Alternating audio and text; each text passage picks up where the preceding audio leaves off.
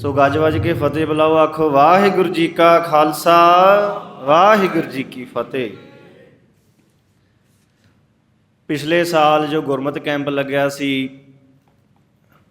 उस उत्ते मैं 4 बजर कुराइतां ते मैनूं बोलण दा हुक्म होया सी ते उह ते मैं बोलिया। इस वार मैं सोचिया भी चलो उस नाल ही रिलेटिड कोई आपां गल करिए ते अज आपां अपने 5 ककारां दी गल करनी है। कहंदे 4 कक्के भावें होण पूरे, बिना केसां दे नहीं सिख एक करदार बनदा। केस रख के सिख तां बन सकदे, बजे पग तां फिर सरदार बनदा। हुण 5 कक्कियां दी की महानता आ,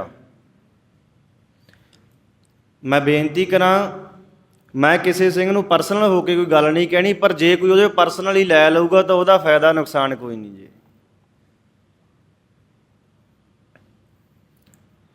सब तो पहलां गल करदे हां केसां दी। केस गुरु की मोहर हन। की हन? मोहर हन। अज तक जिन्ने पीर फकीर औलीए अवतार साधु संत महंत गुरसिख गुरु साहिबान जिन्हें इस धरती ते आए सारिਆਂ ਦੇ केस ਹਨ। हिंदू मत दे सनातन मत ਦੇ ਜਿਹੜੇ वेद ਹਨ, पहले 3 वेदां ਦੇ ਵਿੱਚ किते जिक्र नहीं आता मुंडन संस्कार का। चौथे वेद अथर्व वेद ਵਿੱਚ जिक्र आता है, जोड़ा कि आप कह लीए कोई बहुता समा पहला नहीं लिखिया। खास करके सिख पंथ ਦੇ ਵਿੱਚ केस रखन का सिद्धांत गुरु नानक देव महाराज जी ने भाई मरदाने नूं उपदेश दे के शुरू कर दिता सी। एक तां ਉਹ 3 उपदेश कि किरत करो, नाम जपो ते वंड के छको, ते दूजे 3 उपदेश भाई मरदाना जी नूं कीते। भाई मरदाना जी केस नहीं कतल करवाने, सवेरे अमृत वेले उठ के इशनान करके अभ्यास करना, तीजा आए गए गुरसिख की सेवा करनी। केसां प्रति गुरु गोबिंद सिंह जी महाराज वो बचन करते हैं, बिना शस्त्र के संग नरंग भेट जानो, गह कानता को किते ले सधानो। यह मोर आग्या सुनो है प्यारे, बिना ते के संग देवो ना दिदारे।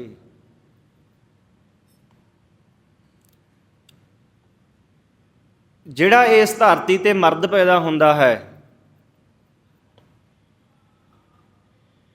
वो चाहे इंसानी जूनी दे विच है, चाहे कोई जानवर दे विच है।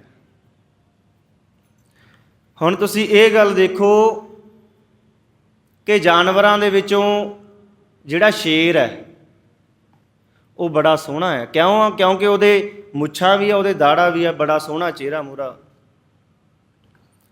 पहली गल तो यह प्रभाव पात्र एक पासे तो आपां किसी कुतरी हुई दाड़ी वाले कूची मारी है आले होए नूं खड़ा लीए, तो एक नूं सिर तो मुन के खड़ा दीए, तो दूजे पासे जगराज सिंह नूं खड़ा दीए। देखो की इहदा फर्क तुसीं आप देख लो की बन जाना। गुरु के दिते हुए केस दाढ़े का प्रभाव ही इन्ना ज़्यादा है। देखो शेर का कितना प्रभाव है, शेरनी का बिल्कुल प्रभाव नहीं, क्योंकि वो केस नहीं जो है। गुस्सा ना करे कोई। दूजी गल, मोर कितना खूबसूरत है, पर मोर नहीं उतनी खूबसूरत नहीं, क्योंकि मोर कोले खंभ ने, खंभ उसके केस प्रति नहीं आप कह सकते हैं। तीजा कुक्कड़ है, कुक्कड़ के सिर ते कलगी है, पर कुकड़ी रोडी है। हुण ये गल देख सकते हैं कि सानू ये मर्द की एक अलग तो पहचान सानू मिली हुई है। गुरु गोबिंद सिंह महाराज जी ने उचेचा खालसे नूं हुक्म किया है,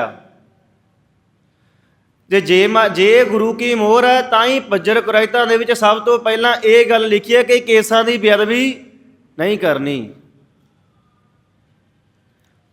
पीर बुद्धू शाह जी जंग दे विच 2 उन्हां दे सपुत्र शहीद हो गए ने। अखीर दे विच गुरु साहिब जी ने कहा, पीर बुद्धू शाह जी मंगो की मंगदे हो? पीर बुद्धू शाह जी ने कहा, महाराज जे बहुते त्रुठे हो तो ये केस ते कंघा, गुरु साहब कंघा कर, केस ते कंघा मैनू दे दो। हुण तुसीं ये देखो ਕਿ ਇੱਕ ਮੁਸਲਮਾਨ ਫਕੀਰ ਰਮਜ਼ ਸਮਝ ਰਿਹਾ ਕਿ ਕੇਸ ਤੇ ਕੰਘੇ ਦੀ ਇੱਕੋ ਸਮੇਂ ਉਸਨੇ 2 ਕਕਾਰ ਹੈ ਜਿਹੜੇ ਉਹ ਪ੍ਰਾਪਤ ਕਰ ਲਏ ਹੈ। ਪਰ ਦੂਜੇ ਪਾਸੇ ਇਹ ਦੇਖੋ, ਮੁਸਲਮਾਨ ਫਕੀਰ ਨੇ ਰਮਜ਼ ਸਮਝ ਲਈ ਹੈ, ਪਰ ਸਿੱਖਾਂ ਦੇ ਘਰਾਂ ਵਿੱਚ ਜੰਮ ਕਰਕੇ, ਸਿੱਖਾਂ ਦੇ ਜਿਹੜੇ ਧਰਮ ਨੂੰ ਗ੍ਰਹਿਣ ਕਰਕੇ ਨਾ ਪਿੱਛੇ ਅਸੀਂ ਸਿੰਘ ਵੀ ਲਾਉਣਾ, ਉਹ ਫੋਕੀ ਟੌਰ ਆ ਨਾ। ਫਿਰ ਉੱਤੋਂ ਇਹ ਗੱਲ ਕਹੀ ਜਾਣੀ, ਅਸੀਂ ਸਿੰਘ ਹੁੰਨੇ ਆ, ਅਸੀਂ ਸਿੰਘ ਹੁੰਨੇ ਆ, ਤੇ ਹਰ ਰੋਜ਼ ਸਵੇਰੇ ਚੱਕ ਕੇ ਟ੍ਰਿਮਰ ਨੂੰ ਲੱਗੇ ਹੁੰਨੇ ਆ, ਮੁੱਛਾਂ ਨੂੰ ਫੇਰਨ, ਦਾੜੀ ਨੂੰ ਫੇਰਨ। ਉਹ ਕੋਈ ਬਹੁਤੀ ਚੰਗੀ ਗੱਲ ਨਹੀਂ। ਕੇਸ ਗੁਰੂ ਕੀ ਮੋਹਰ ਹਨ। ਕੇਸਾਂ ਪ੍ਰਤੀ ਦੇਖੋ ਗੁਰੂ ਮਹਾਰਾਜ ਜੀ ਦਾ ਕਿੰਨਾ ਸਤਿਕਾਰ ਹੈ। ਪੋਹ ਦਾ ਮਹੀਨਾ ਕਲਗੀਧਰ ਪਾਤਸ਼ਾਹ 5 ਸਿੰਘਾਂ ਦਾ ਹੁਕਮ ਮੰਨ ਕੇ ਚਮਕੌਰ ਦੀ ਗੜੀ ਚੋਂ ਨਿਕਲ ਰਿਹਾ, ਪਰ ਕੇਸਾਂ ਦੇ ਸਤਿਕਾਰ ਲਈ ਗੁਰੂ ਪਾਤਸ਼ਾਹ ਜੀ ਨੇ ਆਪਣਾ ਜੋੜਾ ਉਤਾਰ ਦਿੱਤਾ। ਕਿਉਂਕਿ ਜੰਗ ਦੇ ਮੈਦਾਨ ਵਿੱਚ ਜੂਝਦਿਆਂ ਸਿੰਘਾਂ ਦੇ ਦਮਾਲੇ ਵਿਸਰ ਗਏ, ਦਸਤਾਰੇ ਵਿਸਰ ਗਏ, ਤੇ ਕੇਸ ਖੁੱਲ੍ਹਿਆ। ਮਤਾ ਕਿ ਮੇਰਾ ਜੋੜਾ ਸਿੰਘਾਂ ਦੇ ਕੇਸਾਂ ਉੱਪਰ ਟਿਕ ਜਾਵੇ। ਦੂਜਾ ਕਕਾਰ ਹੈ ਕੰਘਾ। ਭਾਈ ਨੰਦ ਲਾਲ ਜੀ ਲਿਖਦੇ ਨੇ, ਕੰਘਾ ਦੋਨੋਂ ਵਕਤ ਕਰ ਪਾਗ ਚੁਨੇ ਕਰ ਬੰਧਈ। ਸਾਡੀ ਮਰਿਆਦਾ ਗਿਆਨੀ ਜੀ ਨੇ ਕੱਲ੍ਹ ਵੀ ਦੱਸਿਆ ਵੀ ਸਾਡੀ ਜਿਹੜੀ ਮਰਿਆਦਾ, ਉਹ ਅਸੀਂ ਬਹੁਤੇ ਸਵਾਲ ਸਾਡੇ ਮਨ ਦੇ ਵਿੱਚ ਤਾਂ ਨੇ ਕਿਉਂਕਿ ਅਸੀਂ ਆਪ ਕੁਛ ਪੜਚੋਲਿਆ ਨਹੀਂ, ਕੁਛ ਆਪ ਪੜ੍ਹਿਆ ਨਹੀਂ, ਸਾਰਾ ਉੱਤੋਂ ਗ੍ਰਹਿਣ ਕਰਨਾ ਚਾਹੁੰਦੇ ਹਾਂ, ਉੱਤੋਂ। ਸਮੁੰਦਰ ਦੇ ਉੱਪਰੋਂ ਦੇਖੋਗੇ, ਉੱਪਰੋਂ ਆਪਾਂ ਨੂੰ ਇਕੱਲਾ ਪਾਣੀ ਦਿਖੂਗਾ, ਵਿੱਚ ਟੁੱਬੀ ਮਾਰਨੀ ਪੈਂਦੀ ਜਿਹਦੇ ਕੁਛ ਨਾ ਕੁਛ ਲੱਭਣਾ ਆ। ਗੁਰਬਾਣੀ ਰੂਪੀ ਸਮੁੰਦਰ। ਹੁਣ ਕੰਘਾ ਹੈ ਜਿਹੜਾ, ਉਹ ਇਹ ਵੀ ਸਿੱਖ ਦੀ ਮਰਿਆਦਾ। ਬਹੁਤੇ ਮੈਂ ਗੁਰਸਿੱਖ ਤਾਂ ਐਸੇ ਦੇ ਵੇਖਿਆ ਕਿ ਜਿਹੜੇ ਮਹਾਰਾਜ ਮਾਫੀ ਦੇਣ ਵੀ ਜਿਹੜੇ ਸਿਰ ਨੂੰ ਤੇਲ ਨਹੀਂ ਲਾਉਂਦੇ, ਕੇਸਾਂ ਨੂੰ ਤੇਲ ਨਹੀਂ ਲਾਉਂਦੇ।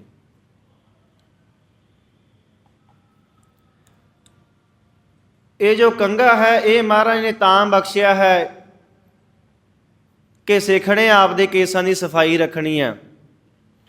ਤੁਸੀਂ ਬਹੁਤਾ ਸਮਾਂ ਵੀ ਦਸਤਾਰ ਬੰਨੀ ਰੱਖੋ ਨਾ, ਕੇਸ ਅੰਬ ਜਾਂਦੇ ਆ। ਲਗਾਤਾਰ ਬੰਨੀ ਰੱਖਿਓ। ਕੰਘਾ 10-12 ਘੰਟਿਆਂ ਬਾਅਦ, ਸਵੇਰੇ ਵੀ ਆਪਾਂ ਜੋ ਤਿਆਰ ਹੋਣੇ, ਰਾਤ ਨੂੰ ਸੌਣ ਤੋਂ ਪਹਿਲਾਂ, ਕੀਰਤਨ ਸੋਹਲਾ ਪੜ੍ਹਨ ਤੋਂ ਪਹਿਲਾਂ ਵੀ ਕੰਘਾ ਸਿਰ 'ਚ ਫੇਰਨਾ ਜ਼ਰੂਰੀ ਹੈ, ਕੰਘਾ ਕਰਨਾ ਜ਼ਰੂਰੀ ਹੈ। ਹਰਭਜਨ ਸਿੰਘ ਯੋਗੀ ਜੀ ਦੀ ਗਿਆਨੀ ਜੀ ਮੈਨੂੰ ਇੱਕ ਐਗਜ਼ਾਮਪਲ ਸਿਖਾ ਰਹੇ ਸੀ, ਦੱਸ ਰਹੇ ਸੀ ਕਿ ਅਮਰੀਕਾ ਵਿਖੇ ਉਹਨਾਂ ਨੂੰ ਕਿਸੇ ਨੇ ਪੁੱਛਿਆ ਵੀ ਇਹ ਸਿਰ 'ਚ ਕੰਘਾ ਰੱਖਾਂ, ਕੇਸ ਰੱਖਣ ਦਾ ਕੀ ਫਾਇਦਾ? ਉਹ ਕਹਿੰਦੇ ਆ ਜਾਓ ਤੁਹਾਨੂੰ ਦੱਸਦੇ ਹਾਂ। ਉਹ ਲੈ ਕੇ ਬੜਾ ਤੁਰਾਇਆ, ਤੋਰੀ ਗਏ, ਥੱਕ ਗਏ, ਬਹਿ ਗਏ। ਉਹ ਕਹਿੰਦੇ ਮੈਂ ਥੱਕ ਗਿਆ। ਉਹਨਾਂ ਨੇ ਆਪਣੇ ਬੋਝੇ 'ਚੋਂ ਕੰਘਾ ਕੱਢਿਆ, ਕਹਿੰਦੇ ਲੈ ਸਿਰ 'ਚ ਕੰਘਾ ਫੇਰ। ਕੰਘਾ ਫੇਰਿਆ, ਉਹ ਕਹਿੰਦਾ ਬੜਾ ਆਨੰਦ ਆਇਆ। ਇਹਦੇ ਨਾਲ ਜਿਹੜਾ ਸਾਡਾ ਐਨਰਜੀ ਲੈਵਲ ਆ ਉਹ ਵੀ ਜਿਹੜਾ ਆ ਉਹ ਬੂਸਟ ਅਪ ਹੋ ਜਾਂਦਾ ਆ। ਤੁਸੀਂ ਦੇਖਿਓ, ਕਦੇ ਜਮਾ ਕੇ ਦੇਖ ਲਿਓ। ਜੇ ਕਿਸੇ ਦਾ ਬਹੁਤਾ ਸਿਰ ਦਰਦ ਕਰਦਾ ਹੋਵੇ, ਸਿਰ 'ਚ ਕੰਘਾ ਕਰ ਲਵੇ, ਉਹ ਕੁਛ % ਉਹਨੂੰ ਰਿਲੀਫ ਮਿਲ ਜਾਂਦੀ ਹੈਗੀ।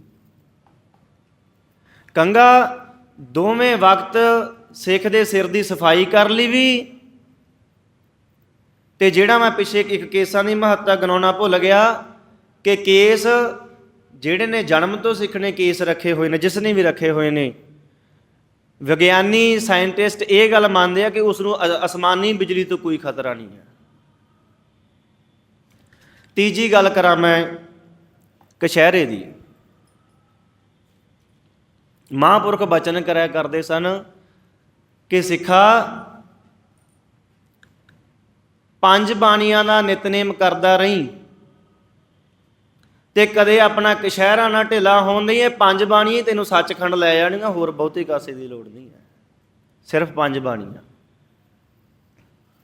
ਏਕਾ ਨਾਰੀ ਜਤੀ ਹੋਏ ਪਰ ਨਾਰੀ ਧੀ ਭੈਣ ਵਖਾਣਾ ਹੈ, ਦੇਖ ਪਰਾਈਆਂ ਚੰਗੀਆਂ ਮਾਵਾਂ ਭੈਣਾਂ ਧੀਆਂ ਜਾਣਾ ਹੈ। ਬਹੁਤੀ ਗਿਰਾਵਟ ਸਾਡੇ ਇੱਥੇ ਆਈ ਹੈ। ਗੱਲੀ ਅਸੀਂ ਚੰਗੀਆਂ ਆਚਾਰੀ ਬੁਰੀਆਂ, ਉਹ ਗੱਲ ਹੋਈ ਪਈ ਹੈ ਕਿ ਗੱਲਾਂ ਨਾ ਅਸੀਂ ਸਾਰੇ ਗੁਰੂ ਕਲਗੀਧਰ ਦੇ ਪੁੱਤਰ ਹਾਂ, ਪਰ ਮੰਨਣ ਕਰਕੇ ਨਹੀਂ ਹਾਂ। ਇਸ ਨੂੰ ਮੰਨਣਾ ਬਹੁਤ ਜ਼ਰੂਰੀ ਹੈ। ਕਲਾਸਾਂ ਦੇ ਵਿੱਚ ਆਪਾਂ ਪੜ੍ਹਦੇ ਹਾਂ ਨਾ, ਉਹ ਜੇ ਪੇਪਰਾਂ ਵੇਲੇ ਰਿਵਾਈਜ਼ ਨਾ ਕਰੀਏ ਬਹੁਤੀ ਗੱਲ ਨਹੀਂ ਬਣਦੀ। ਉਵੇਂ ਫਿਰ ਆਪਾਂ, ਮਾਫੀ ਚਾਹੁੰਦਾ ਮੈਂ ਇਹ ਸ਼ਬਦ, ਪਰ ਆਪਾਂ ਫਿਰ ਦਬੜੂ ਕੁਸੜੂ ਸਿੱਖਾਂ 'ਚ ਸ਼ਾਮਲ ਹੋ ਜਾਂਦੇ। ਆਪਾਂ ਗੁਰੂ ਦਾ ਸਿਧਾਂਤ ਆਪਣੇ ਜੀਵਨ ਦੇ ਵਿੱਚ ਲਾਗੂ ਨਹੀਂ ਕੀਤਾ। ਉਸ ਤੋਂ ਬਾਅਦ ਸਾਨੂੰ ਗੁਰੂ ਨੇ ਬਖਸ਼ਿਆ ਹੈ ਕੜਾ। ਕੜੇ ਦੇ ਬਹੁਤੇ ਗੁਣ। ਕੜਾ ਸੱਜੇ ਹੱਥ 'ਚ ਪਹਿਨਣਾ, ਕਿਉਂਕਿ ਪਹਿਲਾਂ ਇਹ ਬੜਾ ਚੱਲਦਾ ਸੀ ਕਿ ਵਿਆਹ ਦੇ ਵੇਲੇ ਗਾਨਾ ਬੰਨ੍ਹਿਆ ਜਾਂਦਾ ਸੀਗਾ। ਇਹ ਜਿਹੜਾ ਕੜਾ ਹੈ, ਅਸੀਂ ਜੋ ਪੰਥ ਦੇ ਵਿੱਚ ਸ਼ਾਮਲ ਹੋ ਜਾਂਦੇ ਹਾਂ, ਸਾਡੇ ਪੰਥ ਦਾ ਗਾਨਾ ਆ। ਦੂਜੀ ਗੱਲ, ਜਿਹੜਾ ਕੜਾ ਹੈ ਇਹ ਸਰੀਰ ਦੇ ਵਿੱਚ ਜਿਹੜੀ ਆਇਰਨ ਦੀ ਕਮੀ ਹੋ ਜਾਂਦੀ ਹੈ, ਲੋਹਾ ਘਾਟ ਆਪਾਂ ਕਹਿ ਦਿੰਦੇ ਹਾਂ, ਉਸ ਨੂੰ ਵੀ ਪੂਰੀ ਕਰਦਾ ਹੈ। ਤੀਜੀ ਗੱਲ, ਜੰਗ ਯੁੱਧ ਦੇ ਸਮੇਂ ਇਹ ਸਾਨੂੰ ਸਾਡੇ ਗੁੱਟ 'ਤੇ ਹੁੰਦੇ ਵਾਰ ਨੂੰ ਬਚਾ ਕਰਦਾ ਆ। ਅਤੇ ਚੌਥੀ ਗੱਲ, ਜੇ ਕੋਈ ਵੈਰੀ ਦੂਰ ਹੋਵੇ, ਪੁਰਾਣੇ ਸਿੰਘ ਐਵੇਂ ਨਹੀਂ ਕਈ ਕੜੇ ਪਾਉਂਦੇ ਸੀ, ਉਹ ਕੜਾ ਲਾ ਕੇ ਫਿਰ ਉਹਨੂੰ ਸ਼ਸਤਰ ਦੇ ਵਜੋਂ ਵੀ ਵਰਤ ਲੈਂਦੇ ਸੀਗੇ, ਫਿਰ ਸਿੱਧਾ ਮੱਥੇ ਨੂੰ ਛੱਡ ਦਿੰਦੇ ਸੀ। ਉਦੋਂ ਬਾਅਦ ਦੇ ਵਿੱਚ ਸਾਨੂੰ ਗੁਰੂ ਸਾਹਿਬ ਨੇ ਬਖਸ਼ਿਸ਼ ਕੀਤੀ ਹੈ ਕਿਰਪਾਨ। ਕਿਰਪਾਨ ਪਾਣ ਧਾਰੀਅੰ ਕਰੂਰ ਪਾਪ ਟਾਰੀਅੰ। ਹੁਣ ਤੁਸੀਂ ਦੇਖੋ ਵੀ ਜਨਮ ਦੇ ਵਿੱਚ ਇਸ ਜੱਗ ਦੇ ਵਿੱਚ ਵਿਚਰਦੇ ਅਸੀਂ ਬਹੁਤ ਸਾਰੇ ਪਾਪ ਕਰ ਦਿੰਦੇ ਹਾਂ। ਅਨੇਕਾਂ ਧਰਮ ਨੇ ਜਿਨ੍ਹਾਂ ਦੇ ਵਿੱਚ ਜੇ ਕੋਈ ਬੰਦਾ ਗਲਤ ਕੰਮ ਕਰ ਦੇਵੇ ਮੁੜ ਕੇ ਮੂੰਹ ਹੀ ਨਹੀਂ ਲਾਇਆ ਜਾਂਦਾ। ਪਰ ਧੰਨ ਸਤਿਗੁਰ ਪਾਤਸ਼ਾਹ ਗੁਰੂ ਕਲਗੀਧਰ ਪਾਤਸ਼ਾਹ ਗੁਰੂ ਗੋਬਿੰਦ ਸਿੰਘ ਜੀ ਮਹਾਰਾਜ, ਧੰਨ ਸਾਹਿਬ ਸ੍ਰੀ ਗੁਰੂ ਗ੍ਰੰਥ ਸਾਹਿਬ ਜੀ ਮਹਾਰਾਜ, ਜਿਹੜਾ ਸ਼ਰਨ ਆ ਜਾਂਦਾ ਉਹਨੂੰ ਫਿਰ ਦੁਬਾਰੇ ਆਪਣੇ ਸੀਨੇ ਨਾਲ ਲਾ ਲੈਂਦੇ ਨੇ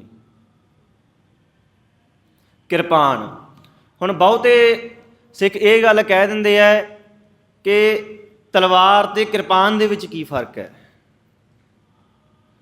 ਜਿਹੜੀ ਤਲਵਾਰ ਹੈ ਉਹ ਇਸ ਕਰਕੇ ਉੱਠਦੀ ਹੈ, ਉਹ ਮਾੜੇ 'ਤੇ ਉੱਠਦੀ ਹੈ। ਜਿਵੇਂ ਕਿ ਮੈਨੂੰ ਗਿਆਨੀ ਜੀ ਪੜ੍ਹਾ ਰਹੇ ਸਨ ਕਿ ਉਹ ਮਾੜੇ 'ਤੇ ਉੱਠਦੀ ਹੈ ਜਿਹੜੀ ਤਲਵਾਰ ਹੈ। ਜਿਹੜੀ ਕਿਰਪਾਨ ਹੈ ਉਹ ਗਊ ਗਰੀਬ ਦੀ ਰੱਖਿਆ ਲਈ ਉੱਠਦੀ ਹੈ, ਆਪਦੇ ਸੈਲਫ ਡਿਫੈਂਸ ਲਈ ਉੱਠਦੀ ਹੈ। ਤਲਵਾਰ ਉਹ ਹੈ ਜਿਹੜੀ ਦਰਿਆਏ ਖੈਬਰ ਦੇ ਮੁਗਲ ਕਹਿ ਲਈਏ, ਪਠਾਨ ਕਹਿ ਲਈਏ, ਉਹ ਚੜ੍ਹ ਕੇ ਆਉਂਦੇ ਨੇ, ਅਤੇ ਕਿਰਪਾਨ ਉਹ ਹੈ ਜਿਸ ਦੇ ਨਾਲ ਹਰੀ ਸਿੰਘ ਨਲੂਆ ਇੱਧਰ ਉਹਨਾਂ ਨੂੰ ਵਾਪਸ ਮੋੜਦਾ ਆ। ਇਸ ਨੂੰ ਕਿਹਾ ਗਿਆ ਨਾ, ਆਏ ਗਏ ਨੂੰ ਦੇਗ, ਚਾੜਾ ਆਏ ਨੂੰ ਤੇਗ। ਉਸ ਲਈ ਫਿਰ ਤੇਗ ਜ਼ਰੂਰੀ ਹੈ। ਹੁਣ ਉਹੀ ਕਿਰਪਾਨ ਹੈ, ਇਹ ਉਹ ਕਿਰਪਾਨ ਹੈ ਜਿਹਦੇ ਬਲ ਨਾਲ, ਜਿਹਦੇ ਨਾਲ ਹੋਣ ਦੇ ਨਾਲ ਮਹਾਰਾਜ ਰਣਜੀਤ ਸਿੰਘ ਨੇ ਰਾਜ ਕੀਤਾ। ਇਸ ਕਰਕੇ ਸਾਨੂੰ ਮਹਾਰਾਜ ਨੇ ਬਖਸ਼ੀ ਹੈ, ਕੁਛ ਸੋਚ ਸਮਝ ਕੇ ਬਖਸ਼ੀ ਹੈ। ਜਿਵੇਂ ਉਹ ਲੋਕ ਕਹਿੰਦੇ ਸਨ ਨਾ ਵੀ ਪਹਿਲਾਂ ਵੀ ਜਿਹੜਾ ਗੁਰੂ ਗੋਬਿੰਦ ਸਿੰਘ ਮਹਾਰਾਜ ਤੋਂ ਪਹਿਲਾਂ ਵੀ ਲੋਕ ਐਸੇ ਹੋ ਚੁੱਕੇ ਸਨ ਵੀ ਨੰਗੀ ਕਰਦ ਫੜਨ ਤੋਂ ਵੀ ਡਰਦੇ ਸਨ।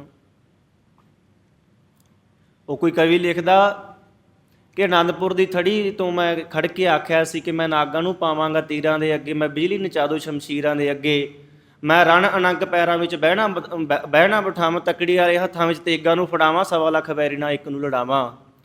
ਮੈਂ ਐਸੀ ਭਰੂ ਪੰਛੀ ਦੇ ਖੰਭਾਂ ਸ਼ਕਤੀ, ਉੱਡ ਕੇ ਉਡਾ ਦੂ ਬੰਬਾਂ ਦੀ ਸ਼ਕਤੀ, ਮੈਂ ਰਣ ਅਣਕ ਪੈਣਾ ਵਿੱਚ ਬਹਿਣਾ ਵਰਤਾਵਾਂ, ਤੱਕੜੀ ਵਾਲੇ ਹੱਥਾਂ ਵਿੱਚ ਤੇਗਾਂ ਨੂੰ ਫੜਾਵਾਂ। ਸਾਹਿਬ ਤੁਰਿਆ ਆ ਰਿਹਾ ਸੀ, ਇੱਕ ਗੋਰੀ ਕੋਲ ਦੀ ਲੰਘੀ, ਉਹ ਕਹਿੰਦੀ why he is having a knife, ਇਹਦੇ ਕੋਲ ਕਰਦ ਕਿਉਂ ਆ। ਫਿਰ ਉੱਥੇ ਜਿੰਨੀ ਕਿ ਸੁਮਤ ਦਾਸ ਨੂੰ ਆ ਉਹਨਾਂ ਕੋਲ ਉਹਨੂੰ ਦੱਸਿਆ ਵੀ ਇੱਦਾਂ ਕਰਕੇ ਵੀ ਗੁਰੂ ਮਹਾਰਾਜ ਨੇ ਕਿਰਪਾਨ ਦਿੱਤੀ, this is not a knife, this is kirpan. So ਗੁਰਮੁਖ ਪਿਆਰਿਓ, ਇਹ ਬਹੁਤ ਜ਼ਰੂਰੀ ਹੈ ਕਿ ਅਸੀਂ ਗੁਰੂ ਵਾਲੇ ਬਣੀਏ, ਪੰਜਾਂ ਕਕਾਰਾਂ ਦੇ ਧਾਰਨੀ ਹੋਈਏ। ਜਿਹੜੇ ਪੰਜਾਂ ਕਕਾਰਾਂ ਦੇ ਧਾਰਨੀ ਨੇ ਮੇਰੇ ਵੀਰ, ਮੈਂ ਵੀ ਤੁਹਾਡੇ ਵਿੱਚ ਹੀ ਹਾਂ ਕਿ ਗੁਰੂ ਸਾਹਿਬ ਸਾਡੇ 'ਤੇ ਵੀ ਕਿਰਪਾ ਕਰਨ ਕਿ ਅਸੀਂ ਵੀ ਰਹਿਤ ਬੈਤ ਦੇ ਪੱਕੇ ਹੋਈਏ। ਗੁਰੂ ਸਾਹਿਬ ਵਚਨ ਕਰਦੇ ਨੇ, ਰਹਿਤ ਪਿਆਰੀ ਮੁਝ ਕੋ ਸਿੱਖ ਪਿਆਰਾ ਨਾ ਹੈ। ਗੁਰੂ ਅਰਜਨ ਦੇਵ ਪਾਤਸ਼ਾਹ ਬਚਨ ਕਰ, ਰਹਿਤ ਅਵਰ ਕਛ ਅਵਰ ਕਮਾਵਤ, ਮਾਨਣੀ ਪ੍ਰੀਤ ਮੁਖ ਹੋ ਗੰਢ ਲਾਵਤ। ਰਹਿਤ ਦੇ ਵਿੱਚ ਪ੍ਰਪੱਕ ਹੋਈਏ, ਪੰਜਾਂ ਕਕਾਰਾਂ ਦੇ ਧਾਰਨੇ ਹੋਈਏ, ਗੁਰੂ ਵਾਲੇ ਬਣੀਏ। ਜਿਹੜੇ ਕਲਗੀਧਰ ਦੇ ਪੁੱਤਰੋ ਧੀਓ, ਅੰਮ੍ਰਿਤ ਧਾਰੀ ਹੋ ਕੇ ਜੀਓ, ਸ਼ਸਤਰ ਧਾਰੀ ਹੋ ਕੇ ਜੀਓ। ਹੋਈਆਂ ਭੁੱਲਾਂ ਦੀ ਖਿਮਾ।